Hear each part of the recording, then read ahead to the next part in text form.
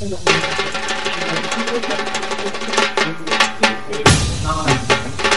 वस्तूप्रमाणे तुम्ही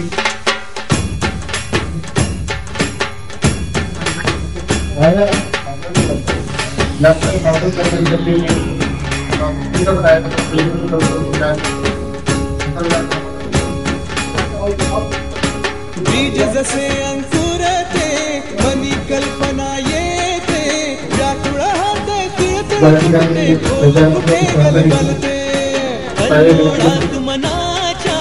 बीज चमकुनी वाढते शब्दांचे गीताचे हे झाड पुरे मोहरते हा गौरव संगीताचा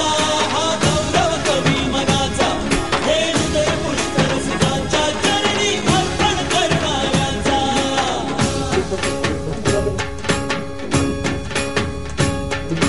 तिसरी घंटा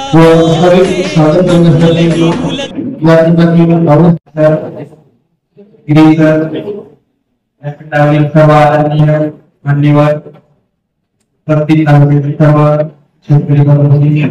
पत्रकार बंधू आज आपण या ठिकाणी हरित हंगामामध्ये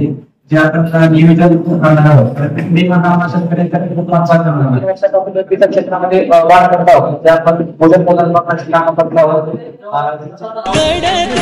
रंग रंगल्या अभिनेत्याचे भान हरपुनी जाते कसली जादू होते हारून सारे जाते रसिकांसाठी आसू आणि हसू देऊन जाते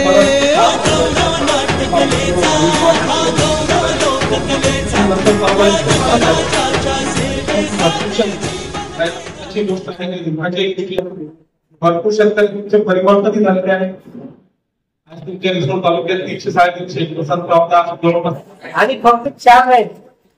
आधीच्या 4 लाईनी घेतल्या त्या 4 लाईनीमध्ये कुठल्याच प्रकारचं केमिकल वगैरे जाऊदेलं नाही. ज्या शेतामध्ये 20 क्विंटलच्या वर कधीच हळद झाली नाही त्या शेतामध्ये 28 ते 38 क्विंटल पर्यंत माझं त्या शेताचे अनुभव असतील ना तसे काही. तर आमच्याही जमिनीमध्ये 13% चुनखडी आहे. चुनखडीच्या क्षेत्रात हळद जमत नाही पण 38 क्विंटल पर्यंत उत्पन्न 100% कोकुंबा आहे भुजबळचे खत याच्या पक्षावर घेतलेले आहे.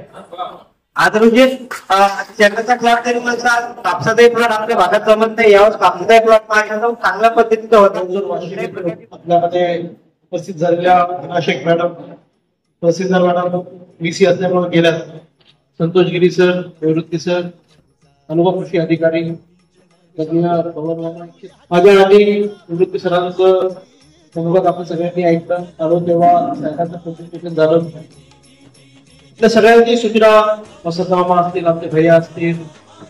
हो आणि तुम्हाला एग्रीचा विद्यार्थी शेतकरी नारो दुकानदार शेवटी आपण आमच्यासाठी पण तुम्ही सुद्धा शेतकऱ्यांच्याच कॅटेगरी आणि दरवर्षी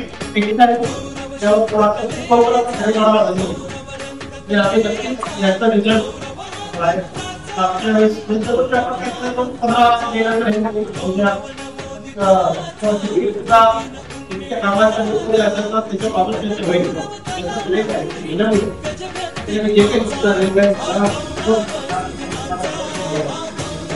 कामाचा